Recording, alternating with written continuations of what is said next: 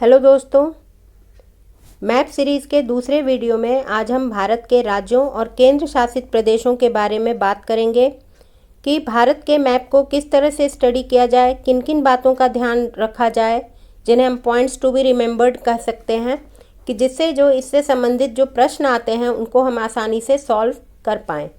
तो सबसे पहले ये ध्यान रखना है, जैसा कि मैंने इससे पिछले वाली वीडियो में भी बात की थी, कर्क रेखा और IST की, जो आप उस वीडियो में भी देख सकते हैं, जिसका लिंक मैं दे दूंगी।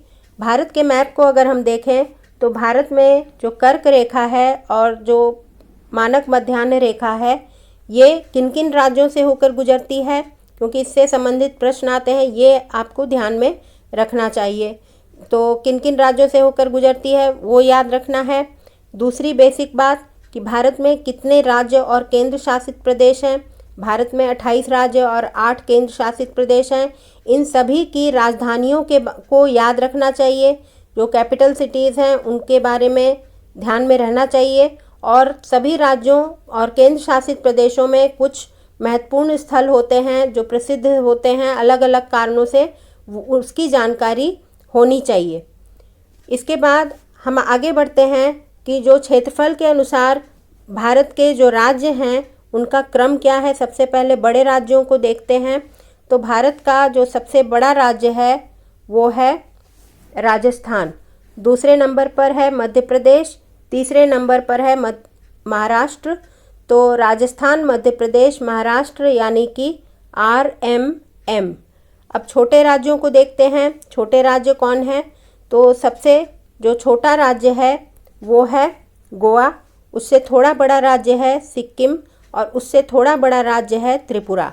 यानी अगर कोड में देखें तो GST, तो ये तो कोड याद रखने वाला है GST, और इधर है RMM और GST।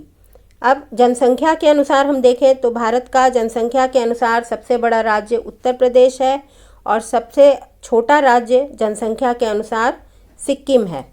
अब हम आते हैं जो केंद्र शासित प्रदेश हैं भारत के, उनको देखते हैं। तो सबसे कौन कौन से 8 केंद्र शासित प्रदेश हैं? लद्दाख है, जम्मू कश्मीर है, दिल्ली है, दमन दीव है, दादरा और नगर हवेली है, और लक्षद्वीप है, 7वां अंडमान निकोबार द्वीप समूह है, और 8वां पुडुचेरी है। तो ये 8 भारत के केंद्र शासित प्रदेश हैं। तो 8 केंद्र शासित प्रदेशों में किसी किसी की कोई विशेषताएं हैं जिनका आपको ध्यान में रखना है, जिनको ध्यान में रखना है।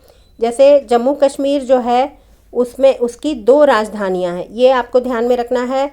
जो जब सर्दियों में राजधानी होती है जम्मू, क्योंकि यहाँ कम ऊंचाई पर है, यहाँ सर्दी कम पड़ती है, और गर्मियों में राजधानी होती है श्रीनगर।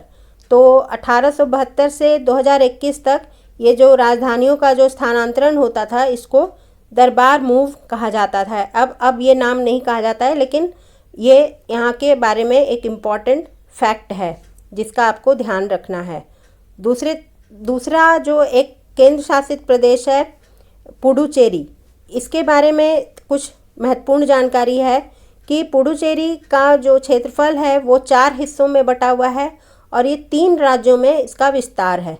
पुडुचेरी है पहला हिस्सा, कराईकल दूसरा हिस्सा।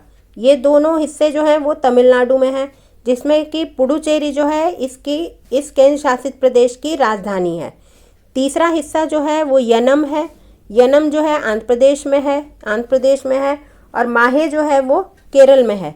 तो इस तरह से 4 हिस्से हैं, पुडुचेरी, कराईकल, यनम और माहे, और ये 3 राज्यों में विस्तृत हैं। ये एक महत्वपूर्ण जानकारी है जो आपको ध्यान में रखने की आवश्यकता है। और इसके अलावा ये आपको देखना है कि कोई राज्य या केंद्र शासित प्रदेश हैं वो इतने बड़े हैं कि उनका कई देशों और केंद्र शासित प्रदेशों और राज्यों से उनकी सीमाएं लगती हैं। जैसे कि उत्तर प्रदेश है, बहुत महत्वपूर्ण राज्य है, एक बहुत बड़ा राज्य है, क्षेत्रफल के अनुसार तो नहीं है सबसे बड़ा राज्य, वो तो राजस्थान है, लेकिन जनसंख्या के अनुसार बहुत बड़ा राज्य है, सबसे बड़ा राज्य है। और इसकी सीमाएं जो हैं वो कई राज्यों और केंद्र शासित प्रदेशों और यहाँ तक कि उसकी अंतर्राष्ट्रीय सीमा भी है। तो इसकी अंतर्राष्ट्रीय सीमा जो है वो नेपाल से लगती है। बाकी इसकी सीमाएं 8 भारतीय राज्यों और 1 केंद्र शासित प्रदेश से लगती है। 8 भारतीय राज्य कौन कौन से हैं? बिहार है, झारखंड है, छत्तीसगढ़ है, मध्य प्रदेश है, 4 हो गए। राजस्थान है 5, हरियाणा है 6, उत्तराखंड है 7 और एक इधर हिमाचल है 8 और केंद्र शासित प्रदेश है दिल्ली। तो ये चारों तरफ से जो है अलग अलग राज्यों, केंद्र शासित प्रदेश और देश से इसकी सीमाएं लगती हैं। तो इस तरह के और भी जो राज्य हैं जैसे मध्य प्रदेश है और कुछ जो तटीय जो सीमा पर जो कुछ राज्य हैं उनके बारे में आपको ध्यान से मैप को स्टडी करने की आवश्यकता होती है। अब हम आते हैं जो पूर्वोत्तर हिस्सा है भारत का, पूर्वोत्तर NER नॉर्थ ईस्टर्न रीजन, इसको ध्यान से देखना है, इसकी स्टडी करनी है। आपको पता होगा कि ये जो पूर्वोत्तर क्षेत्र है भारत का, इसमें 7 राज्य हैं, कुल 8 राज्य हैं, जिसमें कि जो 7 राज्य हैं उनको 7 सिस्टर्स कहा जाता है। तो 7 राज्य कौन कौन से हैं?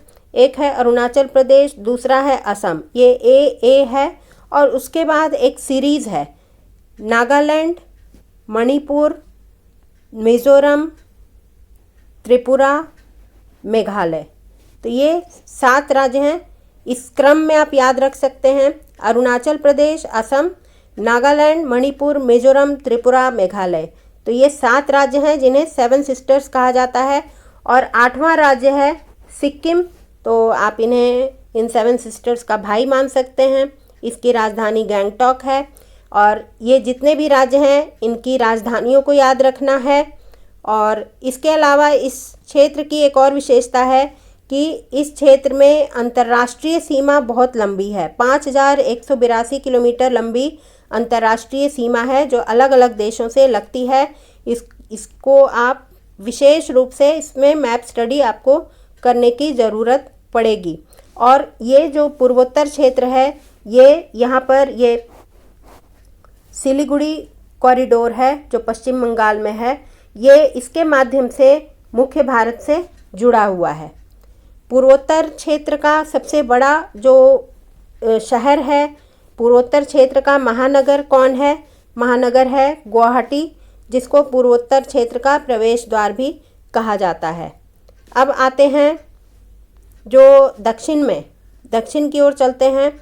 भारत की जो तटरेखा है, तो तटीय राज्य और केंद्र शासित प्रदेश कौन कौन से हैं? तो भारत में 9 तटीय राज्य हैं और 4 केंद्र शासित प्रदेश हैं जो तटीय हैं। तो इसमें जो लंबी से छोटी तटरेखा की ओर अगर हम देखें तो गुजरात है, तमिलनाडु है। क्रम आप बाद में देख सकते हैं, पहले हम देख लेते हैं कि कौन कौन से राज्य हैं।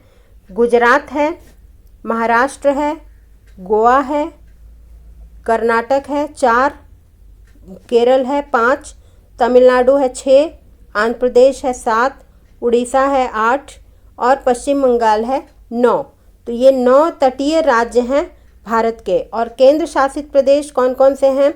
केंद्र शासित प्रदेश हैं, एक तो पुडुचेरी है, यहाँ पर पुडुचेरी है, और अंडमान निकोबार द्वीप समूह है, लक्षद्वीप समूह है और दादरा और नगर हवेली यहाँ पर है। तो ये 4 केंद्र शासित प्रदेश हैं जो कि तटीय हैं, जो समुद्र के तट पर स्थित हैं। अब ये जो तटीय राज्य हैं इनकी लंबी से छोटी तटरेखा का क्रम आप बना सकते हैं इसका टेबल देख करके। और क्योंकि ये इस तरह से प्रश्न बनते हैं तो ये आपको ध्यान में रखना है।